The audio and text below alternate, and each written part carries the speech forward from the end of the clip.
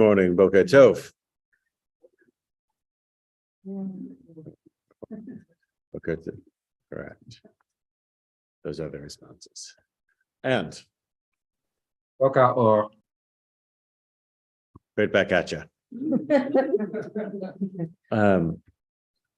Right. I feel like we're good. I feel like there's no announcements or anything to be made. We can just study, right? There's no lead in. We'll do that. The bracha for Torah study is Baruch Atah Adonai Eloheinu melech haolam asher kiddushanu mitzvotav v'tzivanu la'asok b'divrei Torah. So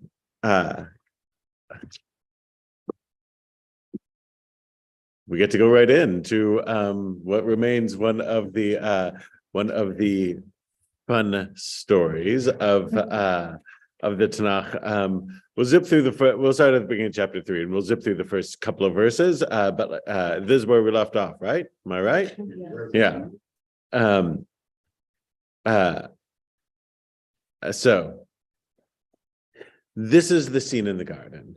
Among other things worth noting, one, it's fruit from a tree all throughout the story, and never is it said that it is what every painter paints, which is an apple. Or we would say not necessarily an apple. Right. Rashi, we weren't there in some sense. The Rashi, pulling from the Talmud, will say it's a fig, which is logical, by the way, because they're actually in Iraq, but same. More likely a fig than an apple in terms of climate. Two, you'll see when their first move after eating from it is that they make clothes out of fig leaves. So there was a fig tree nearby. So it is somewhat logical that it would be a fig, or I think if you're gonna go with anything, it would be that. An apple is more colorful to paint, especially, and it's bigger. And you can sort of like even if you're making a movie, like the scene, like you can pass an apple to somebody else to eat. But yeah, fig somewhat less. It's a little gross. Ew. An apple has always been a symbol of education, of knowledge. Right. Pomegranate. They wouldn't be the rabbis if they didn't say etrog at some point in time. Richard Elliott Friedman, cute as all parents do, I guess, like writes about in his Torah commentary, says, my 9-year-old daughter drew a picture and it was a tree with every fruit on it, which actually is sort of nice, right? Like but the key thing I think to have in mind is apple is less likely in terms of the part of the world that they're in, and fig is more likely, though you could go with anything.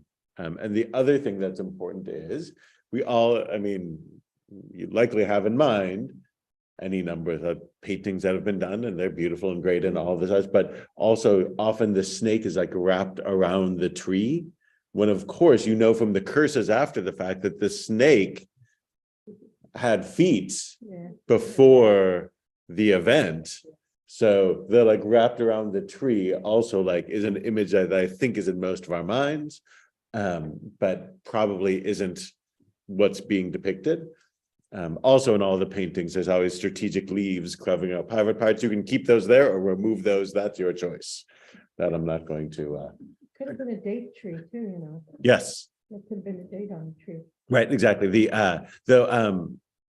Like a date palm certainly would be harder for it to get at. Yeah. Right. Also so any number of things out there, but the key things are, one, probably not an apple. Two, snakes not like coiled around the tree. Three, who knows if the leaves were all strategically placed, making them family paintings. All right, so chapter 3. The snake was slyer, or we had more cunning or subtle, any number of things, more clever then every animal of the field that Adonai Elohim had made. And he said to the woman, has God indeed said that you may not eat from any tree of the garden?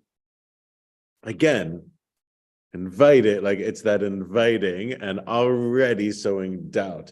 Ugh, that God always commanding you. And the woman said to the snake, we may eat from the fruit of the trees of the garden, but from the fruit of the tree that is within the garden, God has said, you should not eat from it, and you should not touch it, or else you'll die. We talked about the ins and outs of that phrase. And the snake said to the woman, you won't die, because God knows that on the day you eat from it, your eyes will be opened, and you'll be like God, knowing good and bad. And the woman saw that the tree was good for eating, and that it was an attraction to the eyes, and the tree was desirable to bring about understanding. And she took some of its fruit, and she ate. And she gave to her man with her as well, and he ate. And the eyes of the two of them were open, and they knew that they were naked. And they picked fig leaves and made loincloths for themselves. So, pausing for a moment there. Now, the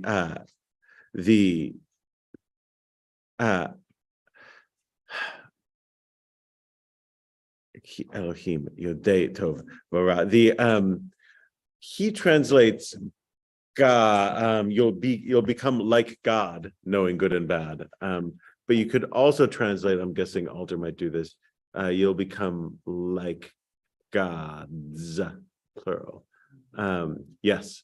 So if you look at Alter, he says, you'll become as gods, knowing good and evil. And that's because the Hebrew word for God that they're using, of course, Elohim, could be singular, could be plural the way it's used. Obviously, it's the typical plural suffix, but Elohim typically, when it's referring to uppercase G, acts as a singular. Here, because as Yodei Tovara, he uses a plural verb with that second one. You'll become like gods, knowing good and evil. So it... So of all, there's a lot of ideas the serpent is introducing. One, don't trust everything that you're told. And specifically, don't trust this God character. Right. So that's sort of like step one is the dichotomy.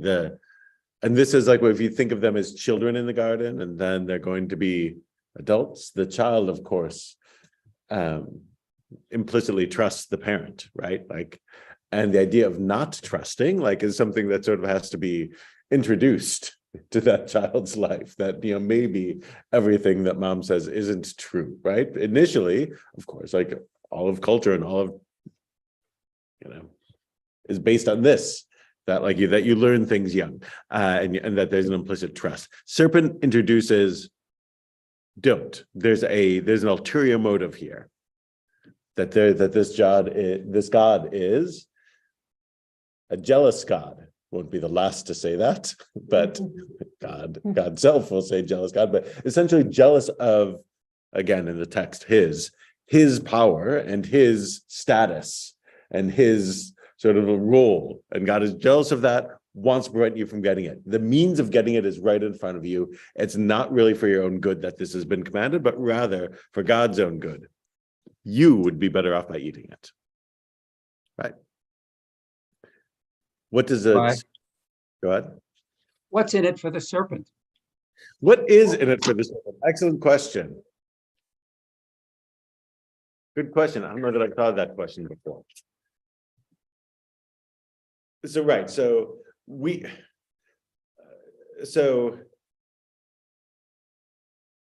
I mean, the Christian tradition, to a lesser extent, to a much lesser extent, the Jewish tradition associates the serpent with, could it be evil? Right. Can I do like the Dana Carvey church lady? Right, yeah. It's right. So it's sort of like this Satan embodied into the snake.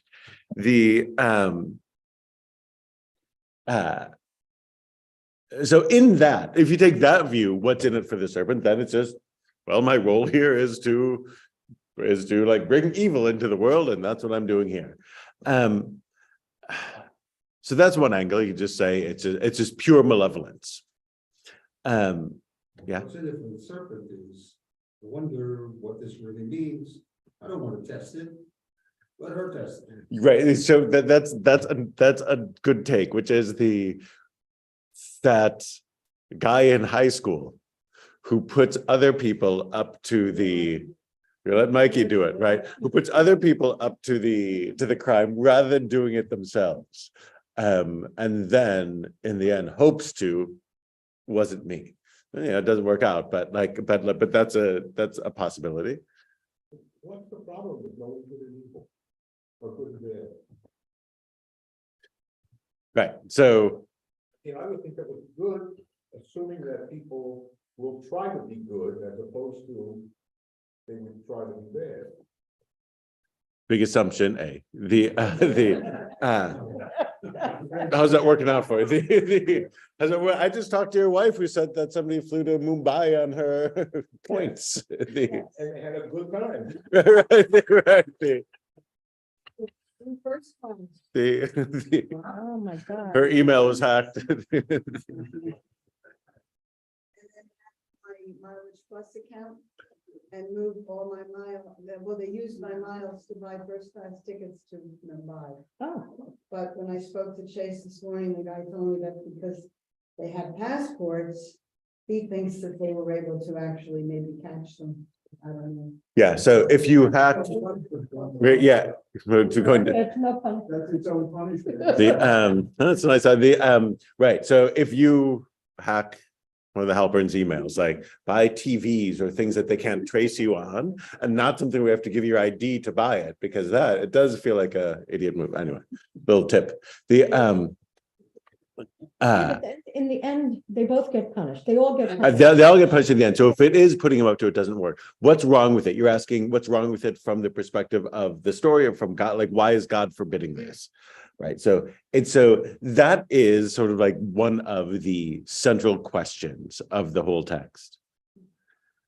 I don't know that I can give like a great response, because it remains to me one of the central questions of the text, other than to say that the story is more explanatory than anything.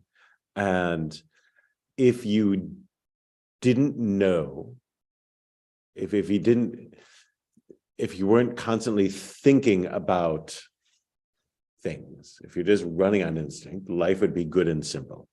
And the difficulty of human life stems from this, from our curiosity and our logic, or Leon Cass would say, the role that reason plays in our lives, that we logically try to decide things, and that we can rationalize anything to ourselves. And that of course is exactly what she does, right? Which is, the woman saw that the tree was good for eating, and there was an attraction to the eyes, or in Alter's evocative translation, says, and the woman saw that the tree was good for eating, and that was lust to the eyes, and the tree was lovely to look at, and she took of its fruit and ate, and she also gave it to her man with her, and he ate. So like so she then justifies the eating, right? She's like, well, so I've got this command, don't eat it. And the commander, I don't know whether it's in my interest or not. Now I have some doubt. There's some gap between like what I've heard and what I think. And so now I'm going to read it out, and you know what? This is good. It looks like it would be good. And understanding would be a nice thing to have. Like somehow she gets that it would be good for understanding. And so she's like, you know what? I say it's worth it. And none of it isn't true. This is sort of the key thing with reason. When we say we can justify anything to ourselves, or we can rationalize anything to ourselves, it's because we can convince ourselves of half-truths, right? We can say things that are totally true. It's just not the truth, the whole truth, and nothing but the truth. And so she does that, and he actually is obviously along for a ride, and that's what happens. Story, like anthropologically, the cavemen were hunter-gatherers. Yes, They right. took what they whatever was either the animals or the fruit off the trees, that's whatever they have, Yes. that's what they lived on, and once they were thrown out of the garden, had to till the soil and do things like that, and agriculture came in, you actually became a civilization. Right. And a more sophisticated civilization to support this kind of thing. So it's going from the caveman to the more modern. Right. Or the nomadic hunter-gatherer to a settled civilization. Right. Nomadic hunter-gatherers can have different live differently and can live differently. And once you're in a settled situation, things are different. Well, you need government, you need to feel. Right. Use time to tell them when you. Time. Taxes to support that government, Right. armies who then have more power. Yeah. So Ed raises an Sure. interesting point, that is, this story comes from somebody. Right. So how much of this is collective memory going back thousands of years? And then ends up in this story. Right. So, I mean, the short answer is we don't know. But that sense that is it possibly thinking of, I mean, would they have known that this is a thing? It's not, I don't think it's entirely clear what they have known, say, 3,000 years ago when this is sort of, when the story is coming into something like its current form. Do they know that we used to be hunter-gatherers? They're a couple thousand years removed from it. Like, that's a decent amount of time. Like, we know, but we know that from means of finding things out that weren't necessarily available to them. But if it's based on some sort of ancient like knowledge, or that it used to be that things were chill and we didn't have like to work the land for our food, because again, most accounts are that hunter-gatherers lived sort of like a less stressful life than settled societies do, because you're not as dependent on rain, and you're not as dependent, you don't have to pay taxes, you don't have to defend your land the same way that you do otherwise.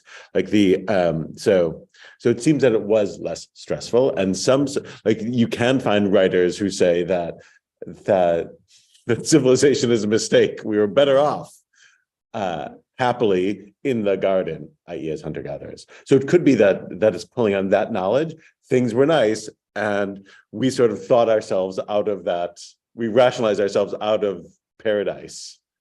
Into The other thing that I think of is we assume that the climate that we know now in that area was the climate then, or the climate 10,000 years Right. before then, which some of these stories may be based on.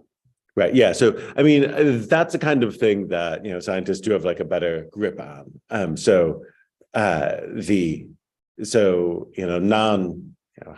commentators or the non-classical commentators like are aware of that sort of thing. So I think what the Fertile Crescent is that for a reason, right? That the surrounding areas were dry and desert-like, and that strip Tigris Euphrates around, like where this story is probably taking place, is fertile and nice. Maybe slightly less harsh than it is now, but like, something in the ballpark. Sorry, Jen was then Lynn. I think it was to your point, Rabbi, where we talked about like our intellect being what allows us to do this, and how we're built gives us the opportunity to remove ourselves from nature, right? Yes. Develop ego, and ego is the thing that creates separateness in recognizing that I am different from you and different from you, right? All different things. And I think that that's kind of reflected interestingly, like in the next part, when it comes to recognizing the nakedness, that once you become self-conscious, you become subconscious, Right. right? And you can see the differences, and you become more aware of you versus you, and how there are things that may be working across purposes.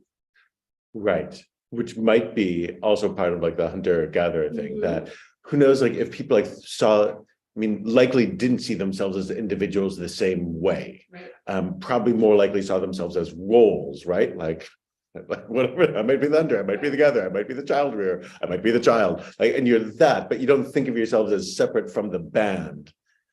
Or the tribe in the same way. You are that in a way that I think it's hard for us as Westerners or Americans or whatever it might be to like fully get, that they didn't see themselves as individuals. Oh wait, Lynn. Okay.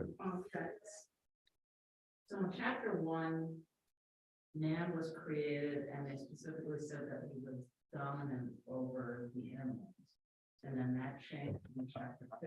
Right. What jumped out at me in chapter 3 here is that there's a, like the animals preferring to have dominance over humans. And that's more consistent with chapter 2, but not consistent with chapter 1. So if the human was created to be dominant, they could have said, "You're just an animal, stop telling me what to do." Right. But then there's that whole thing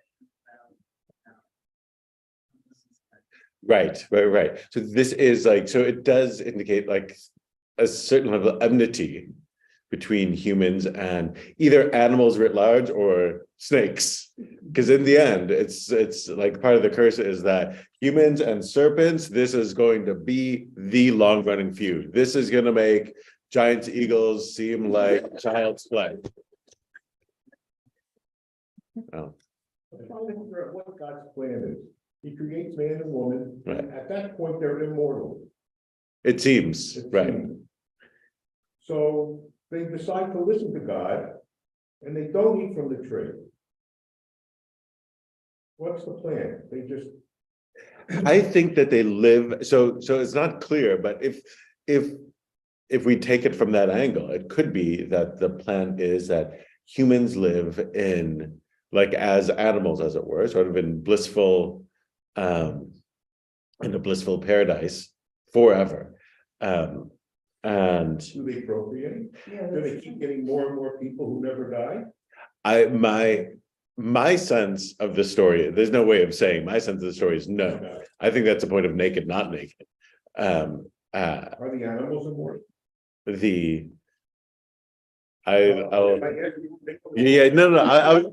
So I would say agnostic on that I think like when you said that, I think is the point of like, now we're too literal, like the meaning that I think it could be, again, the story about like the role of reason, making us both distinctly human.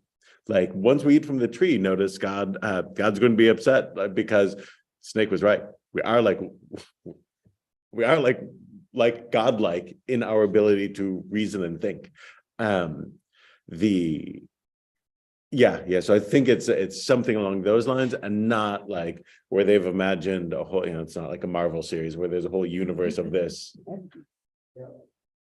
There's also one thing about the development of agriculture versus hunter-gatherer, is hunter-gatherers couldn't have a large population because they were limited Right. by what they could hunt and what they could gather.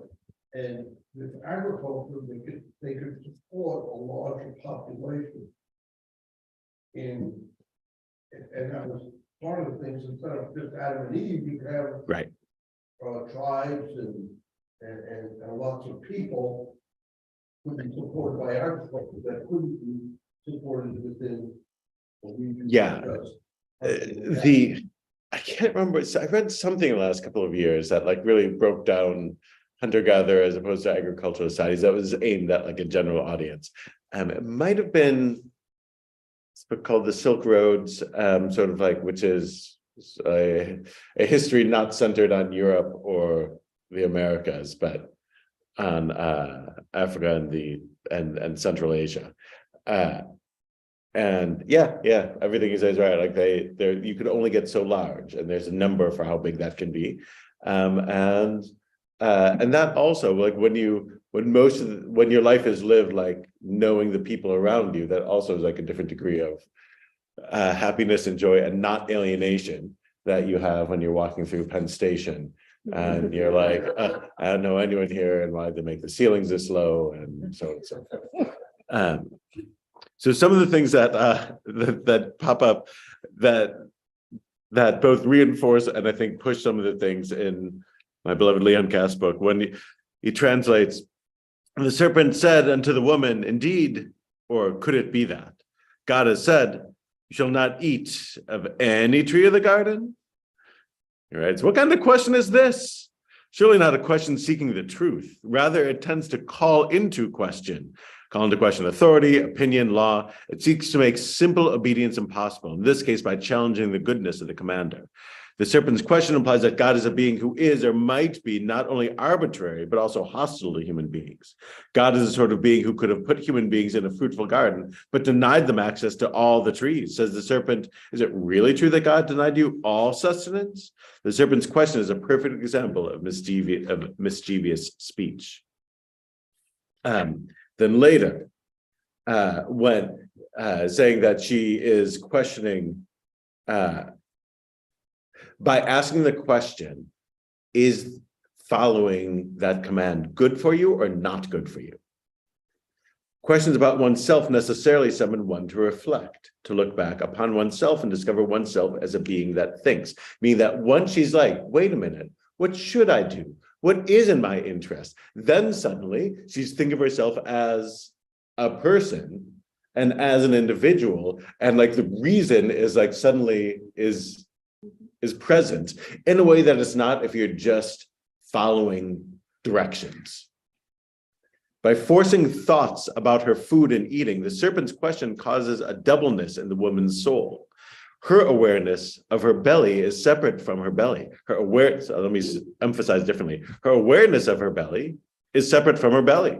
Her thoughts about hunger are not rumblings in her stomach. By focusing on her body's need for food, the woman awakens to herself as a mind. She discovers that she herself is not simply identical to her needy body. She experiences herself not only as a being with desires, but also as a being with thoughts, a being that can inquire into the truth about her desires and about much else. This momentous act of self-discovery is liberating not only for thought, but also for action. For to think about appetite is to cease to be its slave.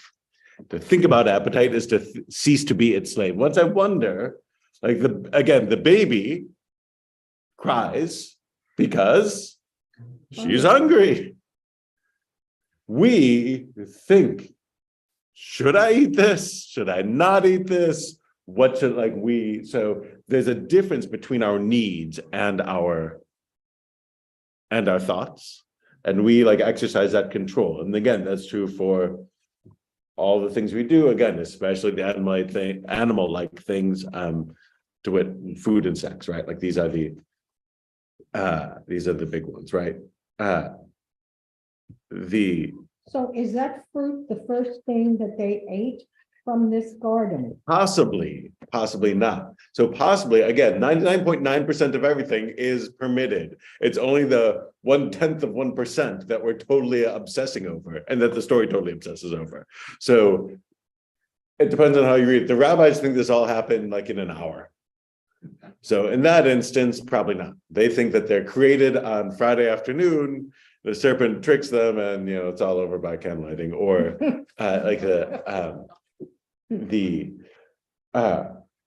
or you could say, that they lived a lifetime in the garden. And then one day, so we don't know.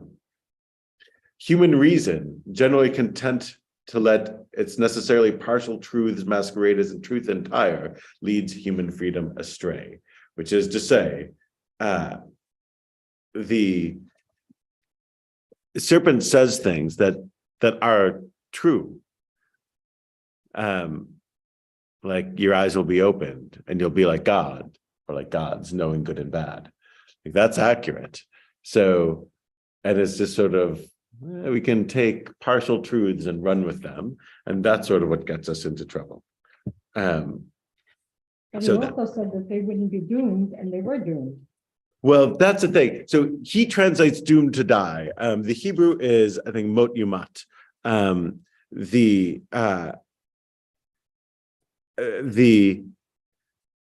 So you could read the Hebrew as when you eat it, you'll die. he translates, you'll be doomed to die, which sort of like gets around the problem. But if they heard, if we'll eat it, we'll die, then it didn't happen. Not right away. Not right away.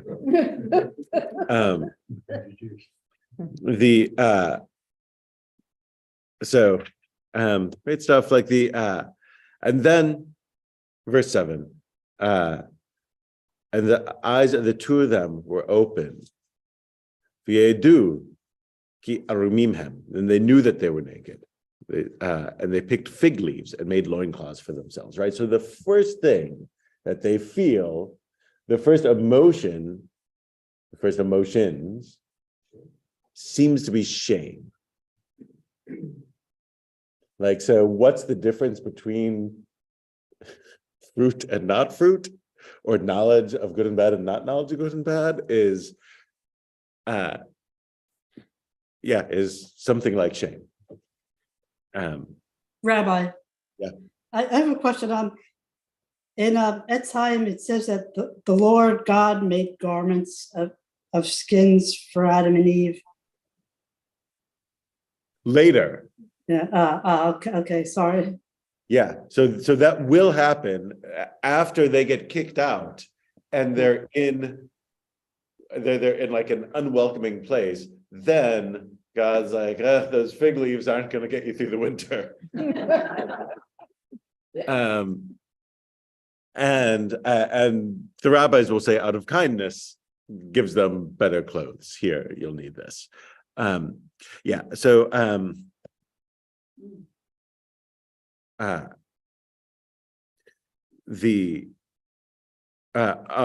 Friedman's note on that is that the humans do not yet fashion or invent anything new themselves, do not actually make clothing. They only cover themselves with leaves. The first clothing is made by God.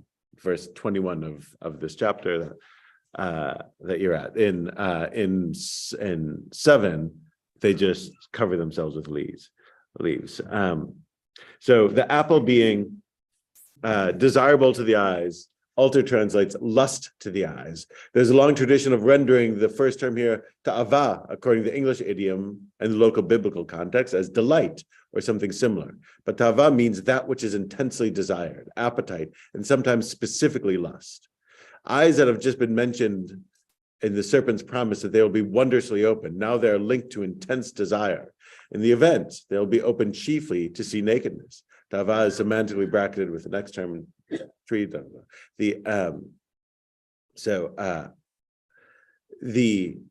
the way, Adam, what's Adam's role here? What's he doing?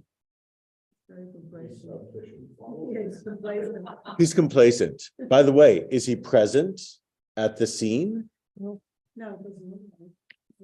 Actually, first of all, you can read it backwards in that he's in verse 6. She also gave it to her man with her, and he ate.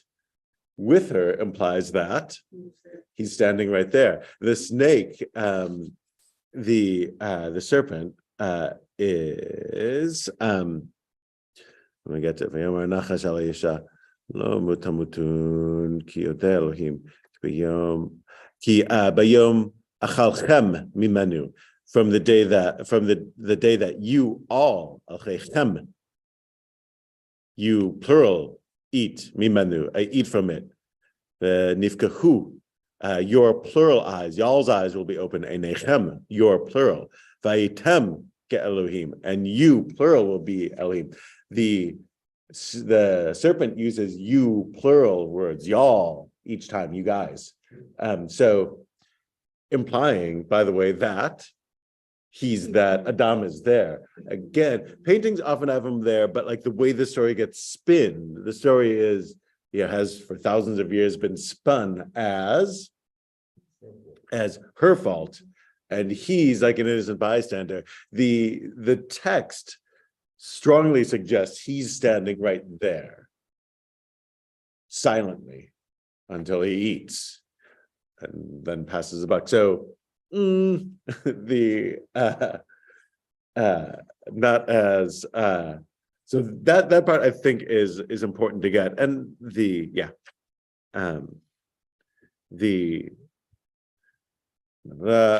and or it was it might be, I think it might be in Friedman says this is oh yeah, so one notes, gave it to the man with her. People frequently have claimed that the story blames the woman for persuading, enticing, or seducing the man to eat the fruit, but there's no reference to any act of persuasion. Indeed, the words "her man with her" may suggest that he should be pictured as having been there while the snake was speaking to her. And even the deity's words later, "You listen to your woman's voice," need not suggest seduction or persuasion on her part. They merely respond to the man's having tried to shift blame to her. The other thing is the classical Christian view of this, of course, that this is a story of the fall of man. You can read it, and you can read it the opposite way as well, that this is a story of the rise of man, right? That this is the moment when humans become fully human and exercise our ability to be something else. So maybe we're kicked out of the garden, but maybe out of the garden is better than in the garden. Not better in terms of more ease, but better in terms of maybe more godlike, I guess, like that. Yeah, that our potential is greater, right? So you can, this is, I mean, so this is true for children, grandchildren, whatever. Like there's a certain deep and abiding pleasure in watching a small child do small child things, and there's a different sort of nachas in an adult child or grandchild do adult things, and you know, I don't know if you can compare one to the other, but there's a certain, the feeling one gets at a marriage of a child or grandchild or whatever it is, presumably is different than, oh, look, she's playing with blocks, right? Like it's not that one is greater than the other, but like one's like a higher order of thing going on. Did you, Eileen? When did God give people the freedom of choice? Well, this seems to be it. This seems to be it. Again, like if that's the, it seems to be in them, and it's just like, it's almost like the question awakens it, right? That the scene seems to be that they're going along fine, and once the question is asked, then she has to choose. Am I going to listen to the serpent, or am I going to listen to what I'm told God said? And the tree looks desirable, and I desire what I desire. Rabbi? God created the serpent. Maybe he wants them out of the garden. Maybe she wants them out of the garden. Maybe it's all a setup. So maybe it's either all a setup, or again, all a way of teaching the lesson that it's all a lesson plan, right? As it were, that they that like if the way a teacher would set things up where their kids will do the experiment and then learn for themselves. Oh, this. So that could be the case, and that might be what the author, uppercase A, lowercase a, whatever you want to do, is thinking. Though God seems legitimately angry. So that could have been in the back of his mind, so to speak, but God seems legitimately angry that all this transpired. So a lot of times I'm sort of in the first parent version of God, where it's like, oh, this will work. Oh, it's not working. I'm just so frustrated. That seems to be the case. Yes.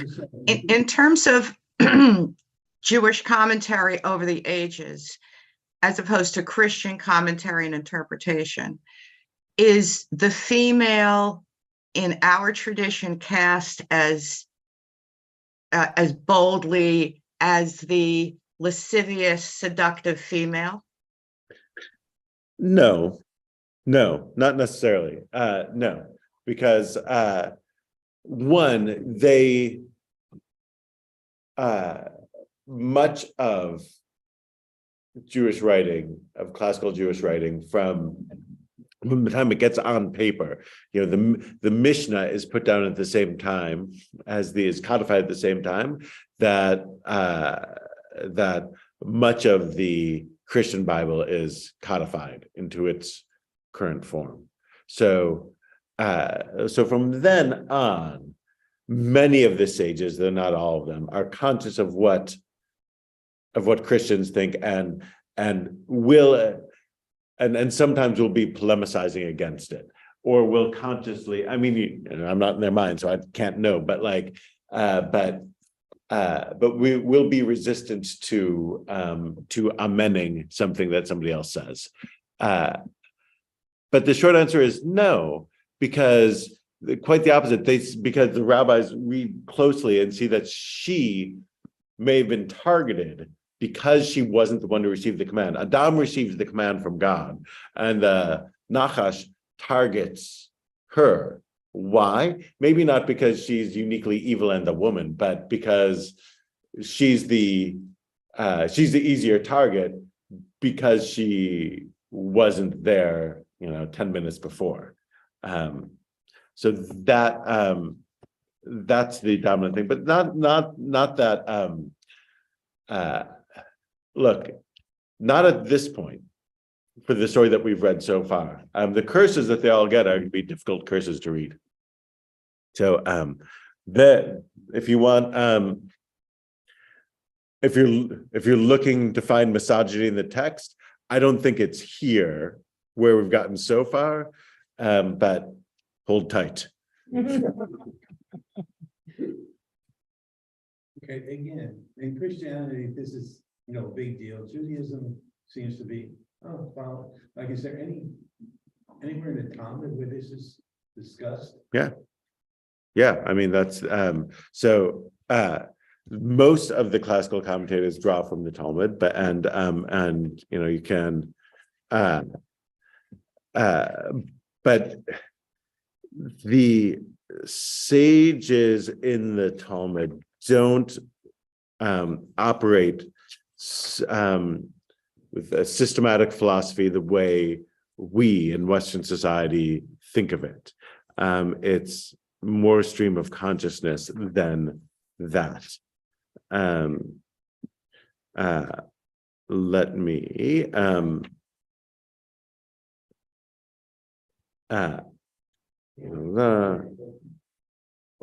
let me see. Let me look at Rashi here on where he says there's there's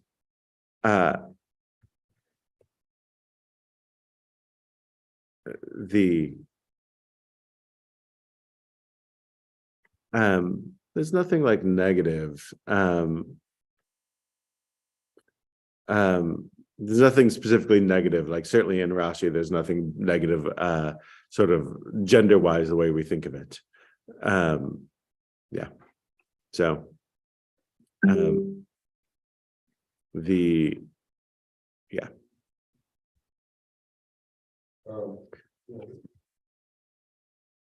It says that the tree of good and evil was a fig tree. Right. Yeah. It says a fig tree. I always thought it was an apple tree. Yeah. Yeah. So apple, we can't go with also the Rashi will sanitize the story a bit when he says they saw that they were naked. He says they were given one command and they failed to keep the one command. So one mitzvah, they didn't do the one mitzvah that they were given. So when they see that they were naked, they saw they're naked of mitzvot. So that's Rashi's read of it, which cleans things up a bit. Loincloths, I don't know. And then, all right, so let's push on a little bit further. Vishma'u et kol Adonai Elohim matchilat bagan v'ruach hayom. And they heard the sound of Adonai Elohim walking in the garden in the wind of the day. Tizbei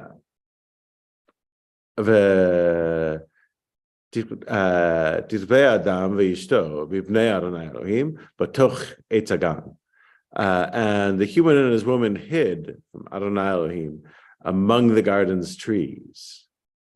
V'yikra Adonai Elohim el Adam, and Lord God called out to the human and said to him, Adam, Vayomer lo, Ayeka, where are you? Vayomer et kolcha shmati began, ve'ereh ki al rum anochi va'aveh. So, and he said, I heard the sound of you in the garden, and I was afraid because I was naked, and I hid. Vayomer, Yigid lacha ki al rum ata. And he said, who told you that you were naked? Aman ha'etz asher tziviticha levilti alchal mimenu achla. He says, have you eaten from the tree from which I commanded you not to eat? 12. Vayomer Adam, Aisha asher natata imadi he natata li min ha'etz v'ochel. And the human said, the woman who you placed with me, she gave me from the tree, and I ate. Rabbi, Blame it on the Lord. Rabbi, Right. So if you want blame, you have to go far. Yeah, Richard. verse 9. Yeah. And the Lord God called unto the man. Now, God knows exactly what happened. Possibly.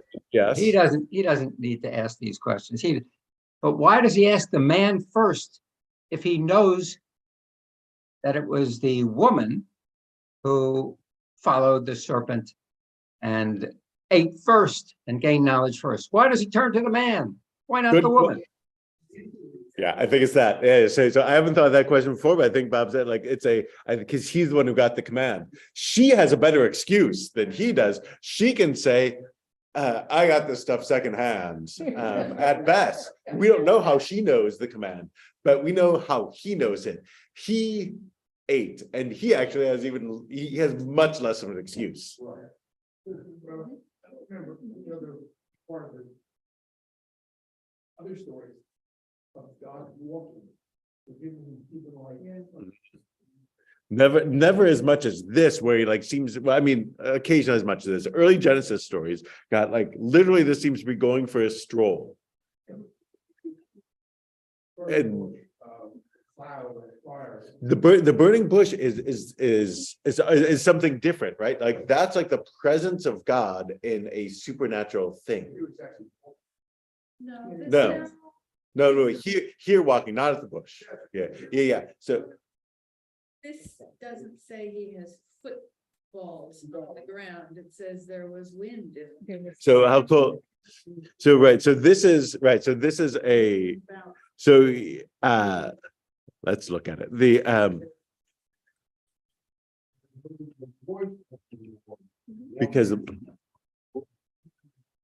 Because the word is first look at the Hebrew, then we'll look at altar. Like so if you notice verse 8, Vishmu et Vishmu, and they heard et kol Adonai. So he translates as sound. Kol can mean voice, right? Like most commonly, it means voice. It can mean any sound, like thunder. You know it from Psalm 29. We sing it on Friday night, and like, oh Adonai. That usually in that context, there it usually means thunder. But what will come in the Ten Commandments in a couple of weeks in the Torah will be the voice of God. So it means voice, it means thunder, it means rustling, it means noise.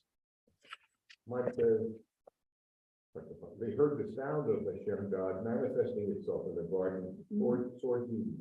That's covering up what the Hebrew says. Time of the day. Yeah, and they heard the sound of the Lord God walking about in the garden, the evening breeze, and the human and his woman hid from the Lord God in the midst of the trees of the garden. So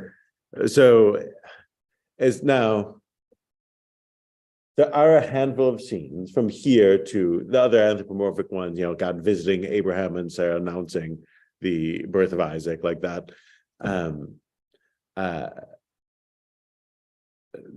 in most of the other early stories, God and angel are somewhat interchangeable, or the text seems to flip between the two of them.